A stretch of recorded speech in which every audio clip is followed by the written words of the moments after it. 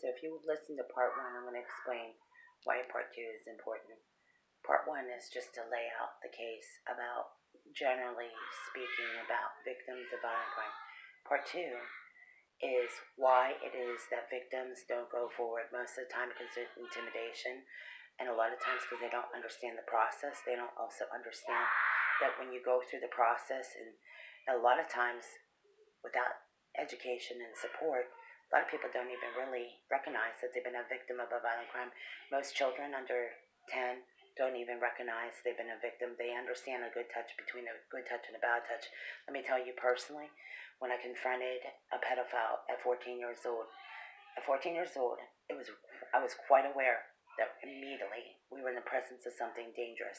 I knew right away, and anyone else that would have confronted the individual would have said the same thing. A year ago, when I was confronted with a situation where a lot of people probably wouldn't even supported me, but luckily with the support of caseworkers or people that I work with at 14 years old, we got the help we needed. What we didn't understand at that time is that this crime did not just stop there. He continued to be released. And this is why I think the state of Pennsylvania needs to explain something. Because when I state that the victims are serving the prison sentence, I'm saying that for a fact.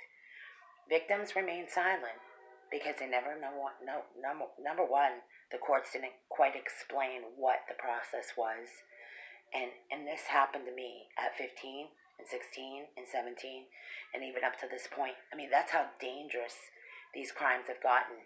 So, let me explain another thing that a lot of people did not explained to us at a young age, because I had talked to people from high school at my reunion, and they asked me why I didn't go forward and talk about it. Well, first of all, I didn't have the communication skills that I have now. I didn't understand a lot of the things that happened to me. I just was well aware that that was a criminal behavior. I understood something very serious, that when somebody grabs and pushes and shoves somebody, alert somebody. Report it, report it, report it. Don't go pretending like that didn't happen to you. Report it and don't ignore abuse. A lot of the abusers will not do anything because that's what they do. They don't go forward because they want to somehow justify their bad behavior. Meaning, a lot of people will reward bad behavior, and I'll give you examples. A lot of people will pat them on the back. They'll think that they're the nice guy. That's not the nice dude. See, when you close that door at the end of the night, do you really feel comfortable knowing that somebody could abuse somebody? Because me personally, I've lived it. And I've walked through this situation over and over again where people have abused me or used me. So as an adult, I have a responsibility, especially a bigger responsibility when I'm dealing with somebody who's under 18 who's been victimized or abused. So the responsibility is a lot bigger for somebody in my situation now that I'm an adult.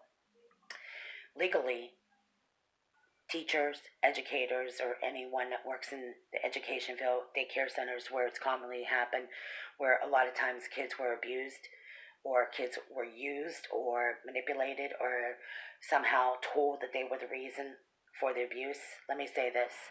That language in itself alerted me. I see all the red flags when somebody starts accusing the kids of things.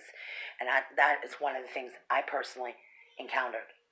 When somebody starts attacking kids and saying it was the kid's fault, I know right away what we're dealing with. The adults are the ones that were, in our case, were the offenders. There's a lot of times in cases where there's juvenile offenders. So, I mean, I know the reasons why we were placed in foster care. I know the reasons. I know the concerns that we deal with as a family or as individuals. So when anybody starts pointing fingers like that, I know right away that's my red flag.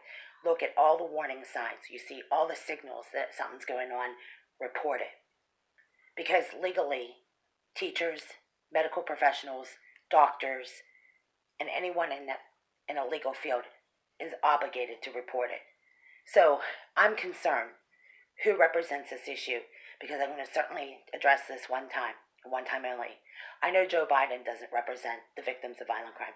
It's the women, it's the victims, it's the victims advocates, it's PSAN, it's PVAC. These groups just in Pennsylvania and throughout